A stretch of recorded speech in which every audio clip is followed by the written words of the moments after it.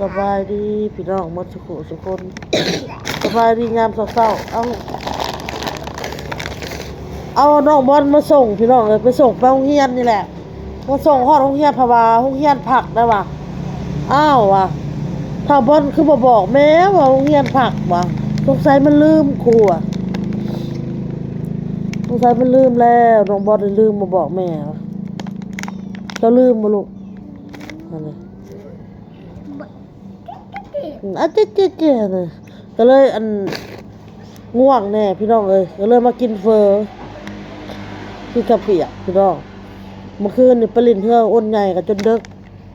กับบ่ดึกไปได้ประมาณ10 โมงนี่แหละประมาณ4 ทุ่มนี่แหละ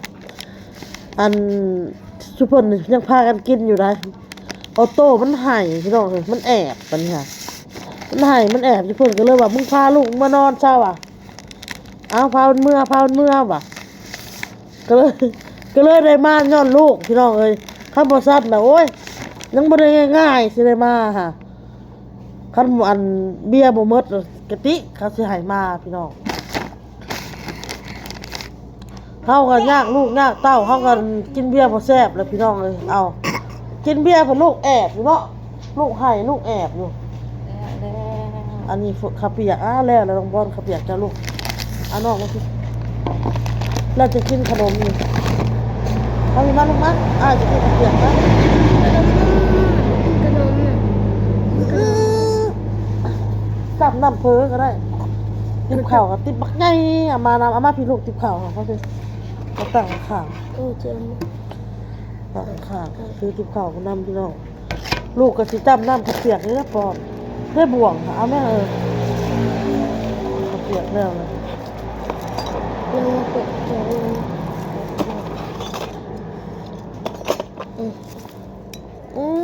เจ็บไปโรงเรียนทำไมเด้อเจ็บเจอสบายดีปะลุงกับลุงเห็นไงสบายดีปะลุงเห็นไงทูลูกสบายดีปะลุงทูที่เขากับลูกซีนนะเอาโต๊ะที่เขากับลูกซีนแม่สั่งเพิ่มพิเศษลูกซีนนะลูกแม่สั่งเพิ่มพิเศษลูกซีนแล้วต่อกับดุกจีนกินลูกดูแห้งอะไรอยากได้บ่วงหนักบ่วงสี่เอามือสี่บ่สี่บนคาร์ลแล้วไม่ลูกคือบ่คาร์ลขี่บ่ได้จ้ะเอาเองเนี่ยแหละ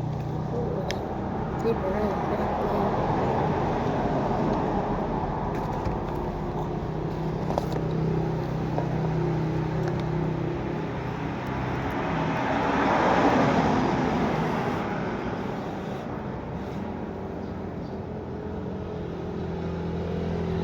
ว่า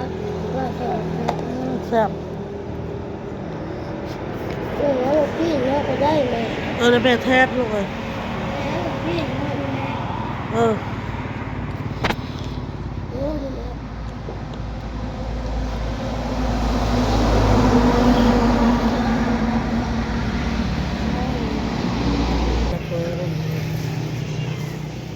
เสร็จเด็ด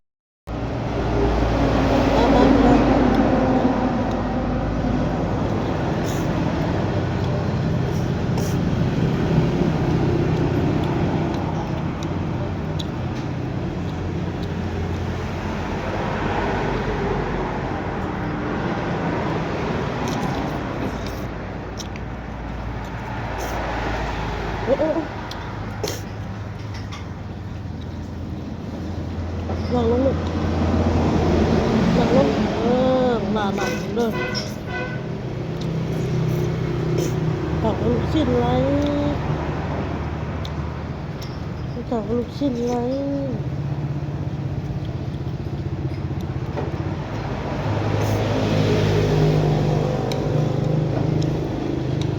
ผักลูกชิ้น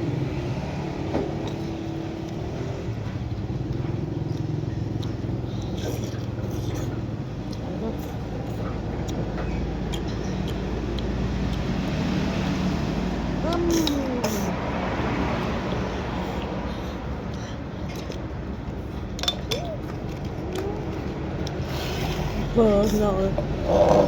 ตับเลยเยอะ ป้อนข้าวออโต้เพิ่มไข่ขึ้นไข่ขึ้น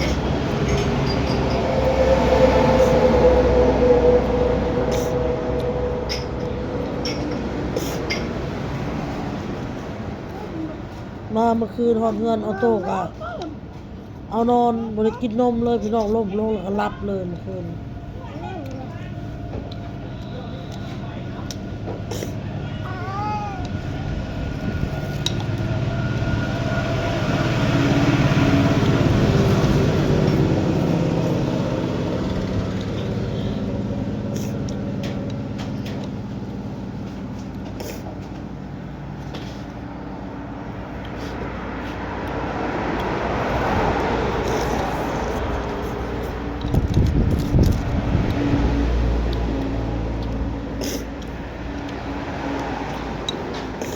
ไม่ยำเนอะ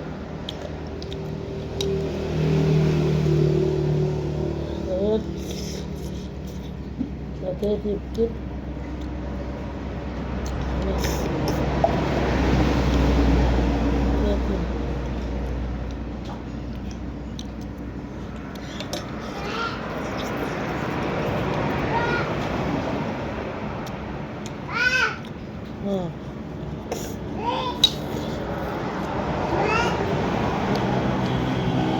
เอามาถั่วลูกเอามาน้ำเอาแม่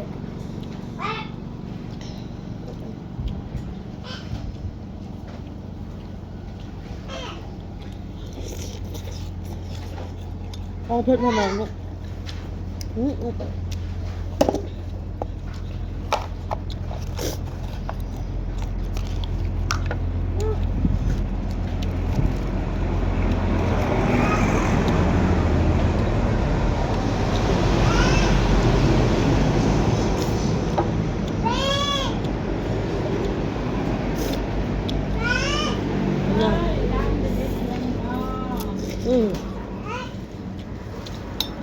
ตาเอ๋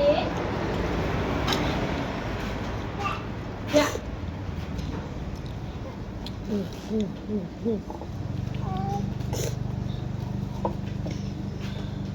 ตาเอ๋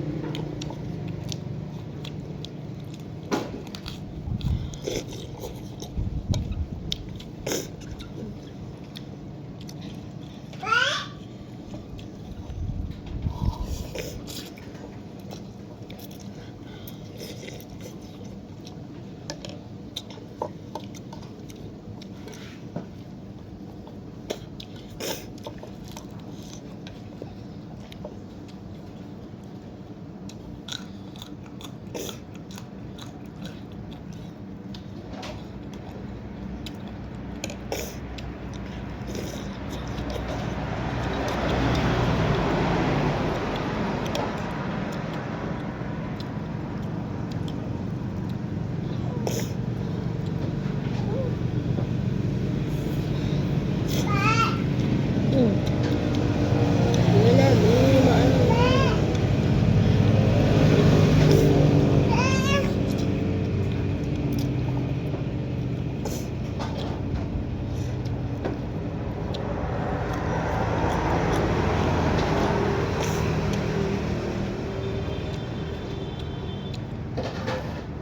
กินมะของ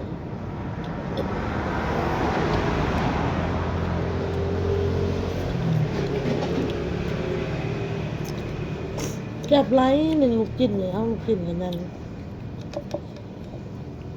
ออก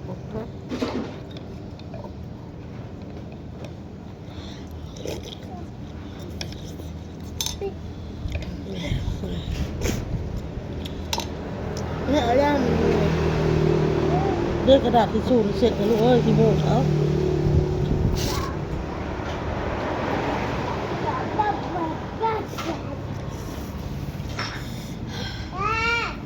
แล้วนั่นตัวจิ้มมดบอกนั่นตัวนั่นตัวจิ้มมดบอก น้ำมันสดจนหมดเลยพี่น้องจนมันมีน้ำน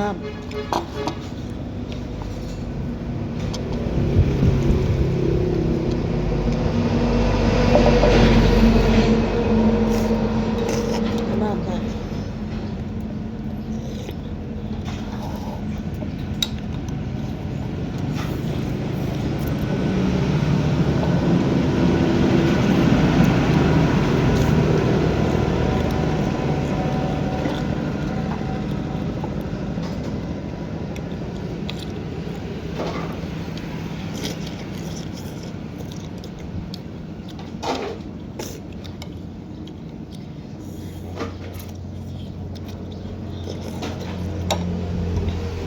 น้ำเพื่อนของ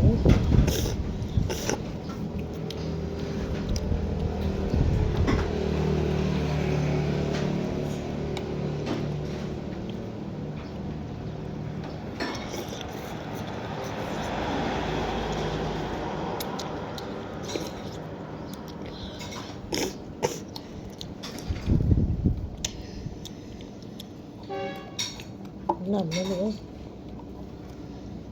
น้ำ